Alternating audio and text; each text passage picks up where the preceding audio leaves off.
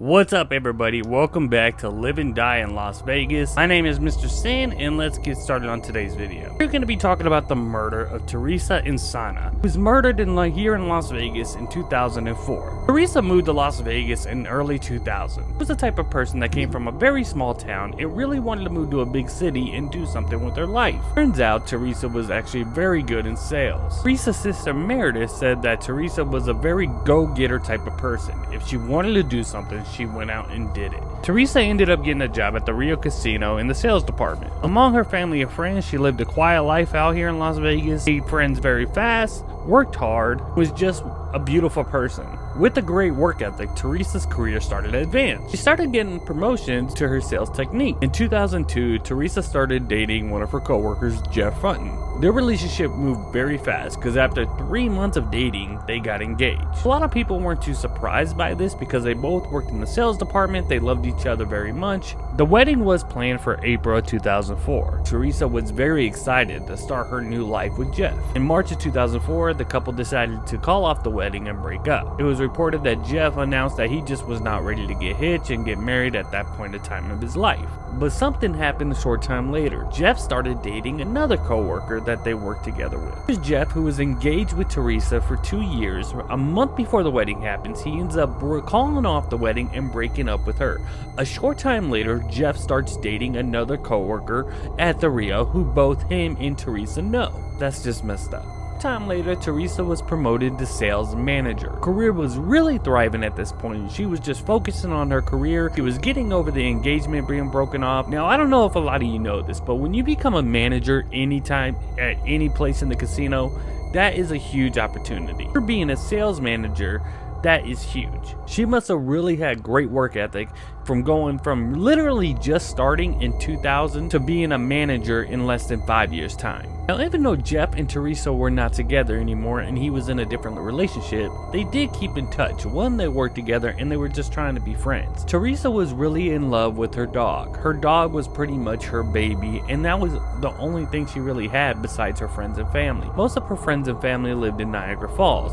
She did have friends out here in Vegas, but most of her dearest friends and family lived out in Niagara Falls. One of her closest friends, Grace, fly out here to Las Vegas just to visit her multiple times a year. Now, Theresa was the type of person who had the same routine every single day. Theresa lived in a nice community in Summerlin, Las Vegas. For those of you that don't know, Summerlin here in Vegas is like the Beverly Hills in California. It's one of the nicest places in the city and one of the safest. My wife and I actually went in her neighborhood a few weeks ago just to see the exact house, and I gotta say, the houses are really close together. We're gonna go back on that here in a minute. Theresa would get up in the morning, get ready for work, she would go to work, would come home, walk her dog, get something to eat, and really hang out either on her porch out back or inside her living room just watching TV and hanging out. She'd do this every single day. In May of 2004, her best friend Grace flew out here to Las Vegas to visit her as she'd done multiple times before. This time it was a little different. They were both hanging out in the living room watching TV when Theresa said something to Grace that really freaked her out. She stated to Grace, "Things are really odd here.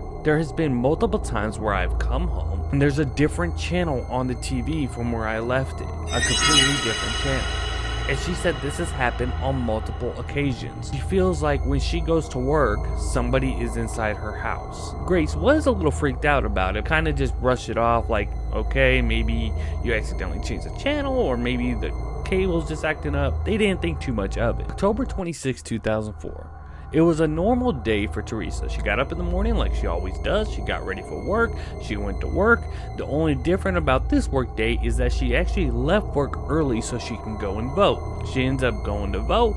Then she goes home, walks her dog. She makes something to eat. She tries to contact Grace. Grace did not answer. She left a voicemail pretty much just saying how her day went. She did say in the voicemail for Grace to call her back as soon as she could. Theresa was very much in communication with her friends and family. Even though they lived in Niagara Falls, they spoke together every day or every other day. She contacted her mother around 6 p.m. just to let her know how her day went and that she was actually getting tired and probably going to call it a night. About an hour and a half later, Grace realized that she missed Theresa's call and tried to call her back. It's around 7:30 p.m. When Theresa did not answer, she was kind of like, that's not like her, because maybe she'll call back in a couple of minutes, but she's usually pretty good about answering the phone. Theresa didn't make the call back. The next day, October 27, 2004, Theresa did not report to work.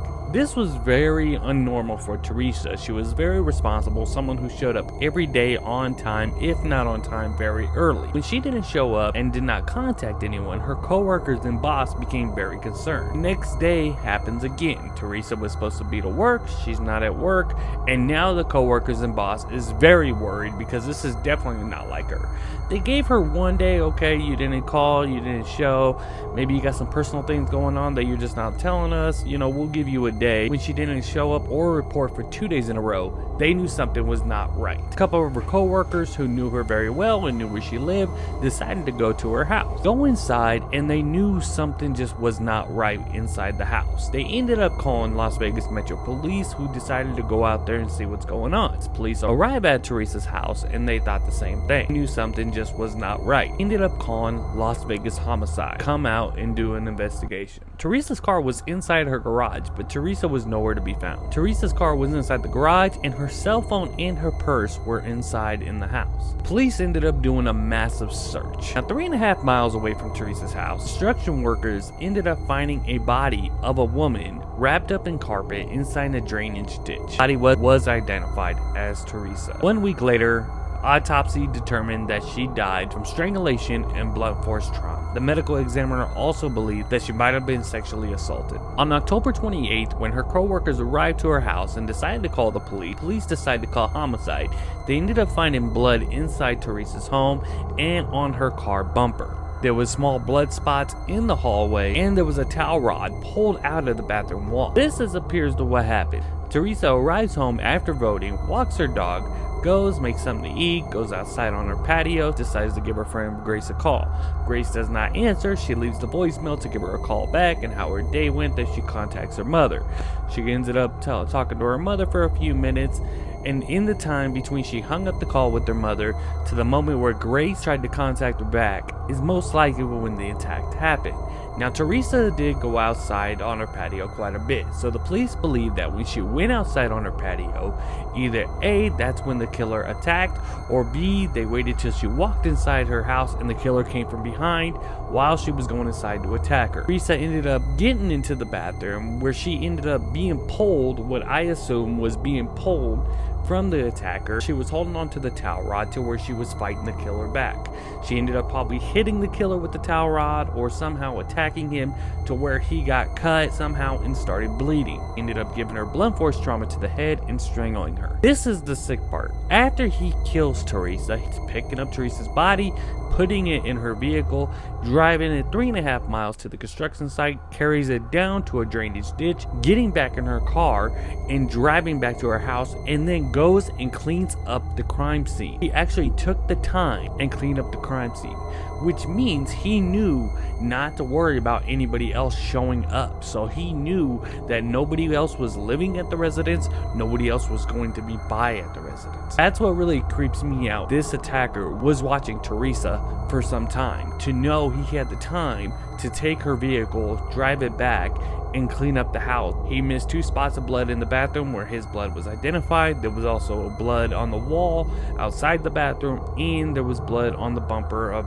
Theresa's vehicle. With the blood evidence, they have DNA. The police truly believed that they were going to catch the killer soon. They interviewed the construction guys who found her body. They interviewed people around the area. This is what surprises me. Like I've said, that my wife and I drove by the actual house where Theresa was living, and this is a very close-knit community. I mean, they live very close together, and I'm very surprised that neighbors didn't hear any kind of screams or anything like that, because they live very close. I mean, here's Theresa's house, her neighbor is like right here. I mean, they live very close together. It is a very close-knit community. Even though the killer has never been identified, the DNA from the killer's blood did show this killer is from a Filipino descent. They also created this sketch from the DNA. This is what the killer could potentially look like. The case has gone unsolved since 2004. The killer still remains out there. The killer was watching Theresa for some time. The one thing that really creeps me out is when the killer attacked, he knew that nobody was going to be home besides Theresa. He knew that he could take her vehicle, come back, clean up the mess, and nobody was going to interfere with that. That's what gives me goosebumps. Here it's October where Theresa was murdered. Remember, she made that statement to Grace back in May that there's been times where she's come home and the TV's been on a different channel. Theresa might have had some crazy stalker, especially when you work in the casinos and you're an attractive woman. A lot of people go through these casinos. A lot of crazy people go through these casinos. Maybe they've talked to her before and asked her out and she refused, or maybe they were just a crazy person who was obsessed with her. Who knows? But this person was literally breaking inside her house multiple times to watch TV and hang out in her house and maybe doing other things while he was there before Theresa would ever come home. Theresa started noticing the channel was on different stations every time she would turn on the TV when she would come home from work, but nothing happened. Nothing would ever happen. She did have an alarm system. It was never triggered. She didn't have any cameras set up, so I don't even know if they had security cameras for homes back in 2004, to be honest, but she had an alarm system and it just never went off. So it was very strange. The killer has yet to be caught to this day. He is still out there and has yet to be identified. Thank you guys for watching this video. I hope you enjoyed it. And to Theresa's killer, I hope you rot in hell and get caught one day. And for those of you who are not Theresa's killer, do me a favor, hit that subscribe button below, and I'll see you guys on the next video.